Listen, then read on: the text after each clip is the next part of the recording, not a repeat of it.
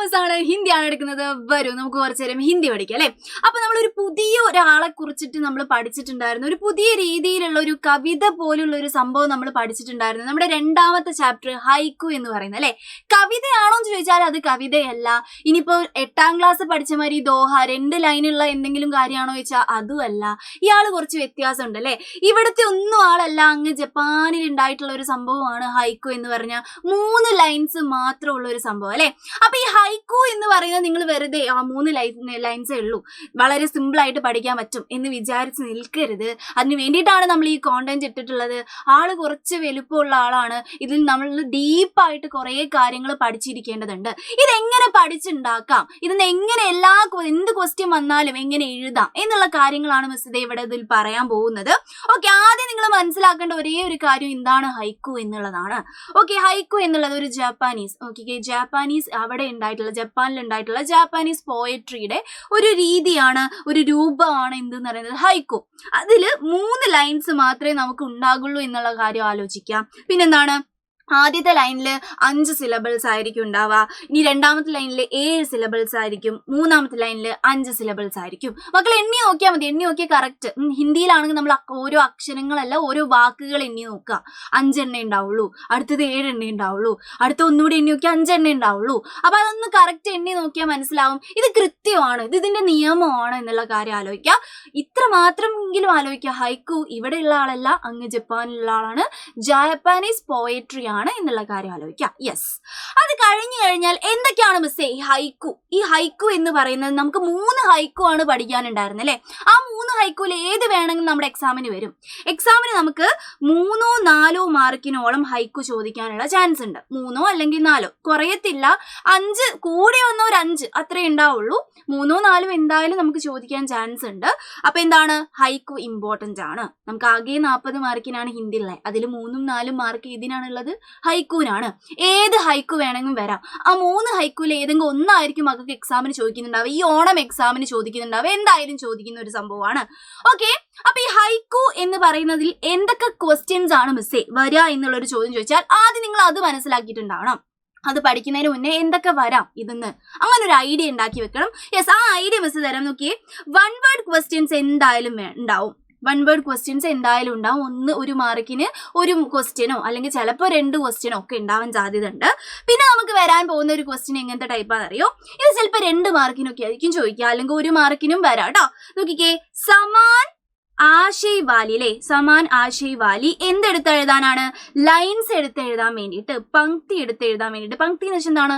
Lines ആണ് എന്നുള്ള കാര്യം ആലോചിക്കുക. ഈക്വൽ ആയിട്ടുള്ള ലൈൻസ് ഒരു ലൈൻ മക്കൾക്ക് തരുന്നുണ്ടാവും. എന്നിട്ട് അതിന് ഈക്വൽ ആയിട്ടുള്ള ലൈൻ എവിടെ നിന്ന് എടുത്ത് എഴുതണം? നമ്മുടെ ഹൈക്കൂന്ന് എടുത്ത് എഴുതണം. ആകെ 1-2 ഉണ്ടാവുള്ളൂ, പേടിക്കണ്ട. ആകെ 3 ലൈനേ ഉള്ളൂ. അതിൽ ഏതെങ്കിലും 2 എണ്ണം ആയിരിക്കും എടുത്ത് എഴുതാനുണ്ടാവുക. അത് ആലോചിച്ച് ടെൻഷൻ അടിക്കണ്ട. അപ്പം അങ്ങനെ ഒരു ക്വസ്റ്റ്യൻ വരും. പിന്നെ ലാസ്റ്റ് നിങ്ങൾക്ക് വരാൻ സാധ്യതയുള്ള 3-4 മാർക്കിന് വരാൻ സാധ്യതയുള്ള ഒരു സംഭവമാണ് എന്ത്? ആശയം എന്ന് പറയുന്നത്. തന്നിരിക്കുന്ന ഹൈക്കുവിന്റെ ആശയം എഴുതൂ അല്ലെങ്കിൽ വ്യാഖ്യ എഴുതൂ എന്നൊക്കെ ഒരു ക്വസ്റ്റ്യൻ വന്നാൽ എഴുതാൻ പറ്റണം. ഓക്കെ, ഇതിനൊക്കെ എന്താണ് വഴി എന്നുള്ളത് ആദ്യം പറയാം. ഈ 2 ക്വസ്റ്റ്യൻ ഇല്ലേ, ഈ 2 ക്വസ്റ്റ്യനും നിങ്ങൾക്ക് മനസ്സിലാവണമെങ്കിൽ ആദ്യം ഹൈക്കു നന്നായിട്ട് ഡീപ്പായിട്ട് നിങ്ങൾ മനസ്സിലാക്കിയിട്ടുണ്ടാവണം. നന്നായിട്ട് തന്നെ മനസ്സിലാക്കിയിട്ടുണ്ടാവണം. അപ്പൊ മുഴുവൻ ഹൈക്കു എന്താണ് നമുക്ക് പറയാനുള്ള നേരെ ഇല്ലാതുകൊണ്ട് നമ്മൾ ഏറ്റവും ബുദ്ധിമുട്ടായിട്ട് നിങ്ങൾക്ക് തോന്നിയിട്ടുണ്ടാവുന്ന ഒരു ഹൈക്കു നമ്മുടെ 3ാമത്തെ ഹൈക്കു ആയിരിക്കും. അത് വെച്ചിട്ട് മിസ് പറഞ്ഞു തരാം. ഓക്കെ, പഠിക്കുന്ന സമയത്ത് എങ്ങനെ പഠിക്കണം? നന്നായിട്ട് മലയാളം ട്രാൻസ്ലേഷൻ അറിഞ്ഞിട്ടുണ്ടാവണം. ആ ഒരു ഹൈക്കു കാണാതെ അറിയാൻ പറ്റുകയാണെങ്കിൽ അത് അത്രയ്ക്ക് നല്ലത്. അപ്പൊ ഇത് വെറുതെ ഇങ്ങനെ പഠിക്കാതെ എന്ത് ചെയ്യുക, നന്നായിട്ട് അത് കാണാതെ. ഇപ്പൊ ഡൂണ്ട് തീരഹി ബർഫീലി നഗരീമേ നീഹ്ക്കി ആഞ്ചി എന്ന് പറഞ്ഞിട്ട് അത് കാണാതെ അങ്ങ് കിട്ടിയിട്ടുണ്ടെങ്കിൽ അത് അത്രയ്ക്കും നല്ലതാണ്. കാരണം എന്താണ്, ക്വസ്റ്റ്യൻ പേപ്പറിൽ ആ ക്വസ്റ്റ്യൻ വന്നു കഴിഞ്ഞാൽ തന്നെ നമുക്ക് നന്നായിട്ട് എഴുതാൻ പറ്റും. അതുകൊണ്ട് കാണാതെ പഠിക്കാൻ പറ്റുകയാണെങ്കിൽ കാണാതെ പഠിക്കാൻ നോക്കുക. ഹിന്ദി മാത്രം പഠിച്ചാൽ പോരാ, മലയാളവും പഠിക്കണം. ഓക്കെ, ഈ ഒരു ഹൈക്കു നമുക്ക് എന്തായാലും നന്നായിട്ട് പറഞ്ഞേക്കാം. ശ്രദ്ധിച്ചേ, ഡൂണ്ട് തിരഹി എന്ന് വെച്ചാൽ എന്താണ്? തിരഞ്ഞുകൊണ്ടിരുന്നു എന്നുള്ളതാണ് അല്ലെ. നോക്കിക്കേ, തിരഞ്ഞുകൊണ്ടിരുന്നു. ഓക്കെ, ഇങ്ങനെ തന്നെ ട്രാൻസ്ലേഷൻ മക്കൾ പഠിക്കണം കേട്ടോ. കൊണ്ടിരുന്നു എന്ത്? ബർഫീലി നഗരീമേ, മഞ്ഞു മൂടി അല്ലെ. ബർഫീലി നഗരി എന്ന് വെച്ചാൽ ബർഫ് എന്ന് വെച്ചാൽ മഞ്ഞാണ്. ബർഫീലി നഗരി വെച്ചാൽ മഞ്ഞു മൂടിയ നഗരം കേട്ടോ. മഞ്ഞു മൂടിയ നഗരത്തിൽ എന്താ തെരഞ്ഞുകൊണ്ടിരുന്നത്? നേഹ് കി ആഞ്ച്, സ്നേഹത്തിന്റെ എന്ത്, ചൂട് എന്നുള്ളതാണ് നമ്മുടെ എന്ത് ആദ്യത്തെ ഹൈക്കു, നമ്മുടെ മൂന്നാമത്തെ ഹൈക്കുവിന്റെ ഈ അർത്ഥം എന്ന് പറയുന്നത്. ഈ അർത്ഥം അങ്ങനെ നിങ്ങൾക്ക് മനസ്സിലാക്കിയിട്ടുണ്ടാവണം, എന്നാലേ ഉള്ളൂ 1 മാർക്കിനും 2 മാർക്കിനും ക്വസ്റ്റ്യൻ വന്നാൽ സാധനം കത്തുള്ളൂ. അപ്പൊ നോക്കിക്കേ, ഇത് വെറുതെ ഇതിപ്പോ എന്താ തിരഞ്ഞുകൊണ്ടിരുന്നു, ഇതൊക്കെ എന്താ സംഭവം, ഒരു കണക്ഷൻ കിട്ടുന്നില്ലല്ലോ. അതിനാണ് ഇത് ഡീപ്പായിട്ട് മനസ്സിലാക്കണം എന്ന് പറയുന്നത്. ഈ ഒരു ഹൈക്ക് ഞാൻ സെറ്റാക്കി തരാം, ശ്രദ്ധിച്ച് കേട്ടോളാം.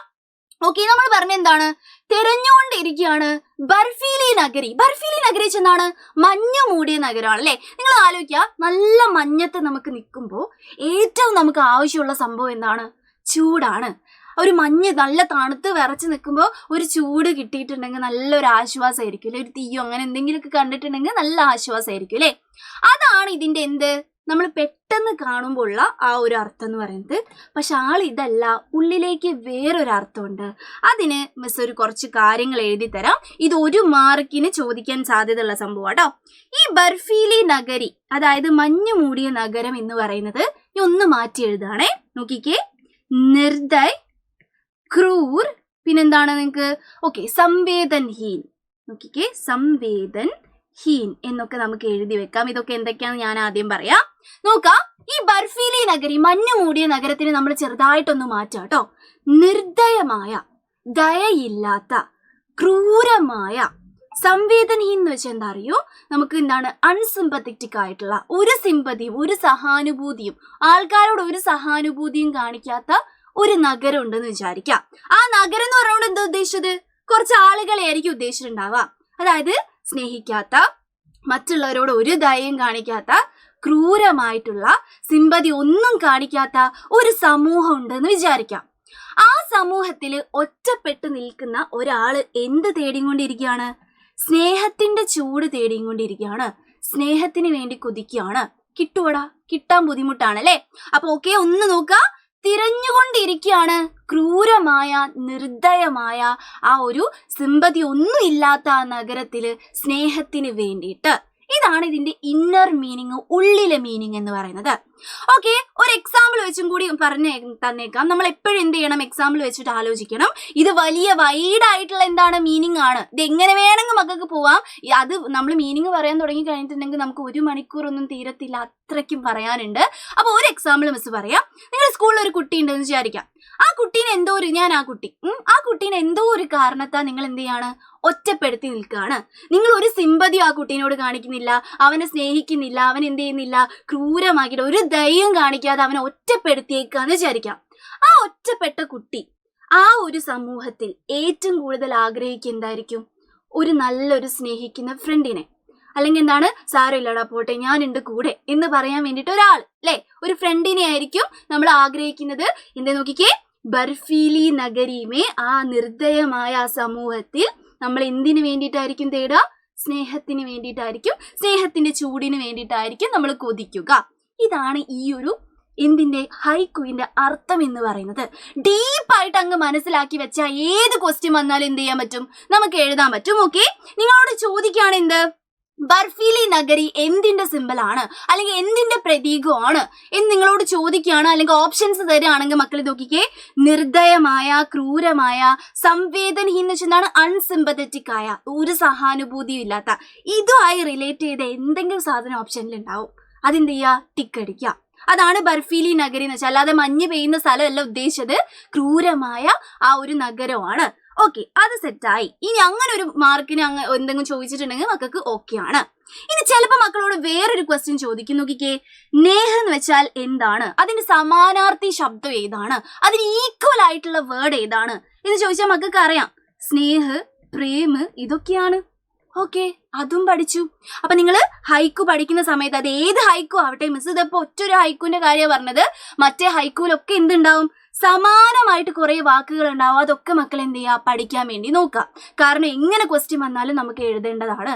എങ്ങനെയാ ക്വസ്റ്റ്യൻ ചോദിക്കാന്ന് ഇപ്രാവശ്യം പറയാൻ പറ്റത്തില്ല. ചിലപ്പോൾ ഹിന്ദി ആയിരിക്കും നിങ്ങൾക്ക് ഏറ്റവും ബുദ്ധിമുട്ടിക്കാൻ പോകുന്ന ആളെന്ന് പറയുന്നത്. അപ്പൊ എന്ത് ചെയ്യണം, നന്നായിട്ട് പഠിച്ചോണം കേട്ടോ. ഓക്കെ, ഇനി ചിലപ്പോൾ മക്കളോട് ചോദിക്കും, ആഞ്ച് എന്ന് പറയുന്നതിന് സമാനാർത്ഥിയായിട്ടുള്ള, ഈക്വൽ ആയിട്ടുള്ള ശബ്ദം ഏതാണ് ചോദിക്കും. ഓക്കെ, നമുക്ക് എഴുതാം. ഗർമി എന്ന് വെച്ചാൽ എന്താണ്, ചൂട് എന്നുള്ള അർത്ഥമാണ്. ചിലപ്പോൾ ആഗ് എന്ന് തരും. ആഗ് എന്ന് വെച്ചാൽ എന്താണ്, തീ എന്നുള്ള അർത്ഥമാണ്. ഇതെന്താണ്, ചൂട് എന്നുള്ള അർത്ഥമാണ്. എങ്ങനെ വേണമെങ്കിലും എഴുതാം.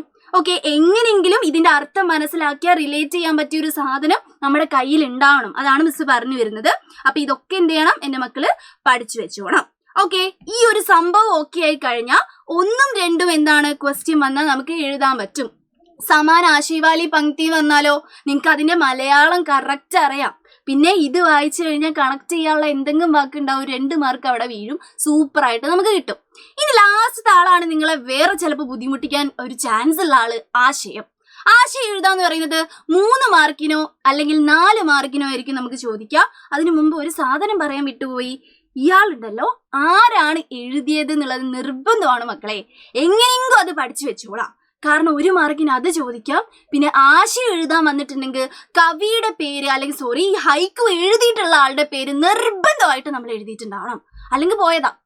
അതിന് മാത്രമായിട്ട് ചിലപ്പോൾ നമുക്ക് 1 മാർക്ക് ഇട്ട് തരും. അതുകൊണ്ട് അത് നിർബന്ധമായിട്ടും പഠിക്കണം കേട്ടോ. ഓക്കെ, നമ്മുടെ ഈ ഹൈക്കു ആരെ എഴുതിയത്? അതാണ് മിസ് പറഞ്ഞത്. എന്ത് ഹൈക്കു പഠിക്കുക, ആളുടെ പേര് പഠിക്കുക. നമുക്ക് ഗോപാൽ ബാബു ഉണ്ട്, സുരംഗമ്മ, പിന്നെ സുരംഗമ്മ യാദവ് ഉണ്ട്, പിന്നെന്താണ് കമല നിക്കുർബ. അങ്ങനെ 3 ആൾക്കാരെയാണ് പഠിക്കാനുള്ളത്. തെറ്റിപ്പോവരുത്. ഓരോരുത്തരും ഏത് ഹൈക്കു ആണ് എഴുതിയതെന്നുള്ളത് അങ്ങനെ പഠിച്ചു വെക്കുക കേട്ടോ. ഒരു തരത്തിലും നമുക്ക് മാർക്ക് കുറയാൻ പാടില്ല. ഓക്കെ, അങ്ങനെയാണെങ്കിൽ ആശയം എഴുതാൻ മിസ് എങ്ങനെ എഴുതും എന്നുള്ളൊരു ക്വസ്റ്റ്യൻ ചോദിച്ചിട്ടുണ്ടെങ്കിൽ ഇങ്ങനെയാണ് നമ്മൾ എഴുതേണ്ടത്. ഒരു ചെറിയൊരു ഐഡിയ പറഞ്ഞു തരാം. ആദ്യത്തെ ലൈനും അവസാനത്തെ ലൈനും ഉണ്ടല്ലോ, എല്ലാ ഹൈക്യൂലും സെയിം ടു സെയിം എഴുതി വെച്ചാൽ മതി. അതെങ്ങനെയാ മിസ്സേ അങ്ങനെയാവാ? അങ്ങനെയുണ്ട്, നോക്കുക, ശ്രദ്ധിക്കാം. മിസ് ഒരു ഐഡിയ ആണ് പറഞ്ഞിട്ടുള്ളത്. നിങ്ങൾക്ക് ഇങ്ങനെ എഴുതാം. ഇത് വലിയ സംഭവം നോട്ടാണോ ചോദിച്ചാൽ നിങ്ങൾക്ക് ഇതിലും നന്നായിട്ട് എഴുതാൻ പറ്റും. തീരെ ആർക്കും പഠിക്കാത്ത പറ്റുന്ന ചെറിയ നോട്ടാണോ ചോദിച്ചാൽ അതുമല്ല. നമുക്ക് എന്താണ് എല്ലാ മക്കൾക്കും പഠിക്കാൻ പറ്റിയിട്ടുള്ള ഒരു നോട്ടാണ് എന്തെന്ന് പറയുന്നത്. ഈ നോട്ട് എന്ന് പറയുന്നത് നിങ്ങൾ തന്നെ വായിച്ചാൽ നിങ്ങൾക്ക് മനസ്സിലാവും. അങ്ങനത്തെ ഒരു നോട്ടാണേ. അപ്പൊ എന്ത് ചെയ്യാ, നന്നായിട്ട് പഠിക്കാൻ വേണ്ടി നോക്കുക. ഓക്കെ, ആദ്യത്തെ 2 ലൈൻ എന്ന് പറയുന്നത് എന്താണ്? എല്ലാ ഹൈക്കുവിലും. മിസ് ഇപ്പൊ പറഞ്ഞ ഹൈക്കു മാത്രമാണോ? അല്ല, നമ്മുടെ 3 ഹൈക്കൂൽ എന്താണ് സെയിം ടു സെയിം ആണ് എന്നുള്ള കാര്യം ആലോചിക്കുക. നിങ്ങളോട് എന്താ ചോദിക്കുക? ആശയം എഴുതൂ, അല്ലെങ്കിൽ തന്നിരിക്കുന്ന ഹൈക്കുവിന്റെ വ്യാഖ്യാനിക്കൂ എന്ന് പറഞ്ഞിട്ടായിരിക്കും തരാം. അപ്പൊ ആദ്യം നിങ്ങൾ എഴുതി വെക്കേണ്ട കാര്യം എന്താണ്? യഹേക്ക് ഹൈക്കു ഹേ. ഇതൊരു ഹൈക്കു ആണെന്ന് എന്ത് ചെയ്യണം? ആദ്യം പറഞ്ഞേക്കണം. കവിതയാണോ? അല്ല, ഹൈക്കു ആണ്. അപ്പൊ കുട്ടിക്ക് ഹൈക്കു ആണെന്ന് മനസ്സിലായി എന്ന് ടീച്ചർക്ക് മനസ്സിലായി. അപ്പൊ എന്ത് ചെയ്യണം? മാർക്ക് നമുക്ക് അവിടെ കിട്ടും. അങ്ങനെയാണെങ്കിൽ നമ്മൾ ഓരോ സ്റ്റെപ്പായിട്ട് മാർക്ക് കിട്ടാനുള്ള രീതിയാണ് നോക്കേണ്ടത്. നോക്കിക്കേ, യഹേക്ക് ഹൈക്കു ഹേ എന്ന് നമ്മൾ എഴുതുന്നു. ഇതൊരു ഹൈക്കു ആണ്. അടുത്ത സ്റ്റെപ്പ് എന്താണ്? എല്ലാ ഹൈക്കൂലുള്ള ലൈൻസ് ആണേ. ഹൈക്കു എന്ന് പറഞ്ഞാൽ എന്താണ് എന്നുള്ളത് നിങ്ങൾക്ക് ഒരു ഐഡിയ ഉണ്ടാക്കി വെക്കണം. അതെന്താന്ന് കുട്ടിക്ക് അറിയാമെന്ന് പറഞ്ഞാൽ തന്നെ ടീച്ചർക്ക് കുട്ടിക്ക് ഹൈക്കു എന്താന്ന് അറിയാം എന്നുള്ള ഒരു രീതി കിട്ടി. അപ്പൊ അത് എന്തായാലും മക്കൾ എഴുതി വെക്കണം. നോക്കിക്കേ, ഹൈക്കു ജാപ്പാനി കവിതാക്കി ഏക് പാരമ്പരിക് ശൈലി ഹേ. ഓക്കെ, സിമ്പിൾ ആണേ, മലയാളം തന്നെയാണ്. ഒന്ന് വായിച്ചു നോക്കിയാൽ കിട്ടും. ജാപ്പാനി കവിതയിലെ ഒരു പാരമ്പരിക് എന്ന് വെച്ചാൽ എന്താണ്? പണ്ട് മുതലേ ഉള്ള ഒരു പാരമ്പരികമായിട്ടുള്ള, നമ്മൾ മലയാളത്തിലൊക്കെ പഠിക്കാറില്ലേ, അതന്നെ പാരമ്പരികമായിട്ടുള്ളൊരു ശൈലിയാണ്. സിമ്പിൾ. ഇനി 3ാമത്തെ ലൈൻ എന്താ നോക്കിക്കേ, ഇസ്മേ കേവൽ 3 പങ്ക്തിയാ ഹോത്തി ഹേ. അതൊരു പുതിയൊരു പോയിന്റ് ആണ്. അതിന്റെ മെയിൻ ആയിട്ടുള്ള ഒരു പോയിന്റ് ആണ്. അതിൽ ആകെ 3 ലൈൻസേ ഉള്ളൂ. കുറെ ലൈൻസ് ഉണ്ടോ? ഇല്ല, 3 ലൈൻസേ ഉള്ളൂ. അത് നമ്മൾ എഴുതുകയാണ്. നോക്കിക്കേ, ഇസ്മേ കേവലം 3 പങ്ക്തിയാം. പങ്ക്തിയാന്ന് വെച്ചാൽ എന്താണ്? ലൈൻസ് ആണ്, വരികളാണ്. ആകെ 3 ലൈൻസ് ആയിരിക്കും ഉണ്ടാവുക. ഇതെല്ലാ ഹൈക്കുവിനെ ഫസ്റ്റ് എഴുതി വെച്ചാൽ നിങ്ങൾക്ക് മാർക്ക് കിട്ടും. ഇനി അടുത്ത സ്റ്റെപ്പ് എന്ന് പറയുന്നത് എന്താണ്? ആരാണ് എഴുതിയത് എന്നുള്ളത് നിങ്ങൾ എഴുതുക എന്നുള്ളതാണ്. നോക്കിക്കേ, പ്രസ്തുത ഹൈക്കു, തന്നിരിക്കുന്ന ഹൈക്കു. പ്രസ്തുതം എന്ന് വെച്ചാൽ തന്നിരിക്കുന്ന എന്നുള്ള മീനിങ് ആണ്. മിസ് പറയുന്ന അർത്ഥങ്ങളും ശ്രദ്ധിക്കണം. ഏതെങ്കിലും വാക്ക് കിട്ടിയിട്ടില്ലെങ്കിൽ അത് പഠിച്ചു വെക്കണം കേട്ടോ. പ്രസ്തുത ഹൈക്കു എന്ന് വെച്ചാൽ തന്നിരിക്കുന്ന ഹൈക്കു കമല നിക്കുർബ ദ്വാര ലിഖാ ഗയാ ഹേ. ആരാണ് എഴുതിയിട്ടുള്ളത് ഈ ഹൈക്കു എന്നുള്ളത് നമ്മൾ 2ാമത്തതിൽ എഴുതി. ഇത് എഴുതിയാൽ തന്നെ നമുക്ക് ഒരുപാട് മാർക്ക് കിട്ടി. ആദ്യം നമ്മൾ ഹൈക്കു എന്താന്ന് എഴുതി, പിന്നെന്താണ്? പ്രസ്തുത ഹൈക്കു, തന്നിരിക്കുന്ന ഹൈക്കു കമല നിക്കുർബ. നമ്മുടെ ഈ ഒരു എഴുതിയിട്ടുള്ളത് കമല നിക്കുർബയാണ് എന്നുള്ള രീതിയിൽ നമ്മൾ എഴുതുന്നു. ഇനി വേറെ ഏതെങ്കിലും ഹൈക്കു ആണെങ്കിൽ ഇവിടെ മാറും, ഗോപാൽ ബാബു ശർമ്മ എന്നാവും. ഇനിയിപ്പോ ഫസ്റ്റത്തെ ഹൈക്കു ആണെങ്കിൽ സുരംഗമ്മ യാദവ് എന്നാവും. അങ്ങനെ ആളുടെ പേര് മാത്രം ഇവിടെ മാറ്റി കൊടുക്കുക. ഓക്കെ, അത് കഴിഞ്ഞിട്ടുള്ള ഭാഗം ഓരോ ഹൈക്കുവിനും വേറെ വേറെ ആയിരിക്കും. ഈ ഹൈക്കുവിന്റെ തീം എന്താണ്? അതിലെന്താണ് മെയിൻ ആയിട്ട് പറയുന്നത് അത് മാത്രമാണ് ഈ നടുവിലത്തെ ഭാഗത്ത് നമ്മൾ എഴുതി കൊടുക്കുന്നത്. ശ്രദ്ധിക്കണേ, ഈ ഹൈക്കൂൽ എന്തിനെ കുറിച്ചിട്ടാണ് സംസാരിക്കുന്നത്? നമ്മൾ പറഞ്ഞു നിർദ്ദയമായ ക്രൂരമായ ആ നഗരത്തില് സ്നേഹം തേടിക്കൊണ്ടിരിക്കുന്ന ആളെ കുറിച്ചിട്ടാണ് പറയുന്നത്. അത് തേടിക്കൊണ്ടിരിക്കുന്നതിനെ കുറിച്ചിട്ടാണ് നമ്മൾ പറയുന്നത് അല്ലെ. അപ്പൊ നോക്കിക്കേ, ഇസ്മേ ബർഫീലി നഗരി മേ, നമ്മൾ നേരത്തെ പറഞ്ഞു ബർഫീലി നഗരി എന്ന് വെച്ചാൽ എന്താണ്? മഞ്ഞു മൂടിയ നഗരത്തിൽ. ഗർമി, ഗർമി എന്ന് വെച്ചാൽ എന്താ മിസ് പറഞ്ഞു? ചൂടാണ്. ഈ ചൂട് എന്നുള്ളടത്ത് നമുക്ക് എന്ത് ചെയ്യാം? വേണമെങ്കിൽ ബ്രാക്കറ്റിൽ ഇട്ട് കൊടുക്കാം. കാരണം നമ്മുടെ ലൈൻ എന്താണ്? നേഹ്കി ആഞ്ച് എന്നുള്ളതാണ്. ബ്രാക്കറ്റിൽ വേണമെങ്കിൽ എന്ത് ചെയ്യാം? നമ്മൾ നേഹ്കി ആഞ്ച്, നേഹ്കി ആഞ്ച് എന്ന് വെച്ചാൽ എന്താണ്? സ്നേഹത്തിന്റെ ചൂട് എന്ന് നമ്മൾ എഴുതി കൊടുക്കുന്നു. ബ്രാക്കറ്റിൽ വേണമെങ്കിൽ ചൂട് എന്താണ്? ഢൂണ്ഡനെ കെ ബാരെ മേ ബതായ ഗയാ ഹേ, തിരയുന്നതിനെ കുറിച്ചാണ് അല്ലെ, തിരയുന്നതിനെ കുറിച്ചാണ് പറയുന്നത് എന്ന് നമ്മൾ എന്താണ് എഴുതി കൊടുക്കുന്നു. ഓക്കെ, അത് കഴിഞ്ഞിട്ട് ഇത് നമ്മുടെ എന്താണ് വേർഡ് ടു വേർഡ് ട്രാൻസ്ലേഷൻ ആണ് നമ്മളിപ്പോൾ പറഞ്ഞത്. എന്താണ്? ബർഫീലി നഗരിമേ, മഞ്ഞു മൂടിയ നഗരത്തില് ചൂട് തേടിക്കൊണ്ടിരിക്കുന്നതിനെ കുറിച്ചിട്ടാണ് പറയുന്നത്. ഓക്കെ, രണ്ടാമത്തെ രീതിയിൽ നമ്മൾ എന്ത് പറയണം അറിയോ? രണ്ടാമത്തെ, ഇപ്പൊ നമ്മൾ ഒന്ന് കഴിഞ്ഞു, ആരാ എഴുതിയതെന്ന് പറഞ്ഞു, വേർഡ് ടു വേർഡ് ട്രാൻസ്ലേഷൻ പറഞ്ഞു. നാലാമത്തെ ആ ഒരു ഭാഗത്ത് നമ്മൾ എഴുതേണ്ടത് അതിന്റെ ഇന്നർ മീനിങ് ആണ്. വേർഡ് ടു വേർഡ് ട്രാൻസ്ലേഷൻ കഴിഞ്ഞാൽ ഇന്നർ മീനിങ് നമ്മൾ എഴുതി കൊടുക്കണം. നോക്കിക്കേ, ലേക്കിൻ പക്ഷേ, ലേക്കിൻ എന്ന് വെച്ചാൽ പക്ഷേ ആന്തരിക് രൂപമേ, ആന്തരിക് രൂപം എന്ന് വെച്ചാൽ എന്താണ്? ആന്തരികമായി, ഇന്നർ മീനിങ് എന്നുള്ള അർത്ഥമാണ്. അതിന്റെ ഉള്ളിൽ എന്താണ് പറയുന്നത്? ആന്തരിക് രൂപം എന്ന് വെച്ചാൽ ഉള്ളിലെ രൂപം, ഉള്ളിലെ മീനിങ് എന്നുള്ളതാണ് കേട്ടോ. ആന്തരിക് രൂപമേ ബതായ ഗയാ ഹേക്ക്, പറഞ്ഞത് എന്തെന്നാൽ, എന്താ പറഞ്ഞിട്ടുള്ളത്? ആജ് കെ, ഇന്നത്തെ, നിർദ്ദയ്, നിർദ്ദയ് എന്ന് വെച്ചാൽ എന്താണ്? ദയയില്ലാത്ത, ഓർ സ്വാർത്ഥി, സ്വാർത്ഥി വെച്ചാൽ എന്താണ്? സെൽഫിഷ് ആയിട്ടുള്ള. നോക്കിക്കേ, സെൽഫിഷ് ആകുന്നതിനാണ് നമ്മൾ സ്വാർത്ഥി എന്ന് പറയുന്നത് അല്ലെ. സെൽഫിഷ് ആയിട്ടുള്ള ദുനിയ, വേൾഡിൽ പ്രേം കാ അംശ് മിൽന ബഹുത് കഠിൻ ഹോത്താ ഹേ. നമ്മുടെ ഇതിൽ മെയിൻ ആയിട്ട് എന്താ പറയുന്നത്? ഇന്നത്തെ നിർദ്ദയമായ സ്വാർത്ഥമായിട്ടുള്ള ഈ വേൾഡില് പ്രേം അല്ലെങ്കിൽ സ്നേഹം ലഭിക്കുക എന്ന് പറയുന്നത്, സ്നേഹത്തിന്റെ അംശം, അംശം എന്ന് വെച്ചാൽ എന്താണ്? ആ അംശം തന്നെ, പൊടി പോലും. മിൽന എന്ന് പറയുന്നത്, ലഭിക്കുക എന്ന് പറയുന്നത് എന്താണെന്നാ പറയുന്നത്? ലഭിക്കുക എന്താണെന്നാ പറയുന്നത്? ബഹുത് കഠിൻ ഹേ, വളരെ കഠിനമാണ്, വളരെ ബുദ്ധിമുട്ടാണ് എന്നുള്ളതാണ്. യെസ്, അപ്പൊ നമ്മൾ എന്തൊക്കെ പറഞ്ഞു? ആദ്യം ഹൈക്കു എന്താന്ന് പറഞ്ഞു, ഹൈക്കു ആരാണ് എഴുതിയതെന്ന് എഴുതി, അതിന്റെ വേർഡ് ടു വേർഡ് ട്രാൻസ്ലേഷൻ എഴുതി, ഇന്നർ മീനിങ് ആന്തരിക് രൂപമേ എന്താണ് പറയുന്നതെന്ന് എഴുതി. ഇനി അവസാനം ഒരു കൺക്ലൂഷൻ വേണം. അതെല്ലാ ഹൈക്കുയിൽ എന്തായിരിക്കും? സെയിം ടു സെയിം ആയിരിക്കും. നോക്കിക്കേ, സാമാജിക് ദൃഷ്ടികോൺ സെ യഹ് ഹൈക്കു ബിൽകുൽ പ്രാസംഗിക് ഹേ. മക്കളെ, ഇത് മാജിക് വേർഡ് ആണ്. ഹൈക്കു ആയാലും കവിത ആയാലും ഇത് തന്നെ എഴുതി വെച്ചാൽ മതി. സാമാജിക് ദൃഷ്ടികോൺ എന്ന് വെച്ചാൽ സാമൂഹികപരമായിട്ടുള്ളൊരു വ്യൂ പോയിന്റ് നമ്മൾ നോക്കുകയാണെങ്കിൽ, സാമാജിക് എന്ന് വെച്ചാൽ സാമൂഹികമായ എന്നുള്ള അർത്ഥം കേട്ടോ. സാമൂഹികമായ ഒരു ദൃഷ്ടികോൺ, ഒരു പോയിന്റ് ഓഫ് വ്യൂ നമ്മൾ നോക്കുകയാണെങ്കിൽ ഈ ഹൈക്കു എന്ന് പറയുന്നത് തീർച്ചയായും എന്താണെന്ന് പറയുന്നത്? പ്രാസംഗിക്, റെലവൻറ്റ് ആണ് എന്നാണ് പറയുന്നത്. റെലവൻറ്റ് ആണ്, വളരെ പ്രാസംഗികമാണ്, വളരെ പ്രസക്തമാണ്, വളരെ ഇമ്പോർട്ടൻ്റ് ആണ്. ഇത് ഹൈക്കൂല് മാത്രമല്ല, കവിതയുടെ അടിയിൽ നിങ്ങൾക്ക് ചേർത്ത് കൊടുക്കാം. എങ്ങനെ? സാമൂഹിക ദൃഷ്ടികോൺ നോക്കുന്ന സമയത്തുണ്ടല്ലോ, ഈ കവിത ബിൽക്കുൽ പ്രാസംഗികമാണ്, വളരെ റെലവൻറ്റ് ആണ്. ഇതൊരു മാജിക് വേർഡാണ്. എല്ലാ കവിതയ്ക്കും എല്ലാ ഹൈക്കുവിൻ്റെയും അടിയിൽ അവസാനത്തെ കൺക്ലൂഷനായിട്ട് നമുക്ക് ഇത് എഴുതി വെക്കാം.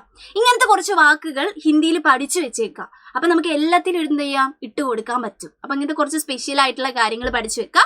ഓക്കെ, ഇങ്ങനെ ഒരു ആശയം വരികയാണെങ്കിൽ മക്കൾ എന്ത് ചെയ്യുക? ഇങ്ങനെ എഴുതി വെക്കുക. ഓക്കെ, എല്ലാ ഹൈക്കുവിലും ചേർത്ത് കൊടുക്കാൻ പറ്റിയ പോയിന്റ്സും ആലോചിക്കുക. ഇപ്പം നമ്മൾ ഒരു ഹൈക്കു മാത്രമാണ് നമ്മൾ ഇതിൽ പറഞ്ഞിട്ടുള്ളത്.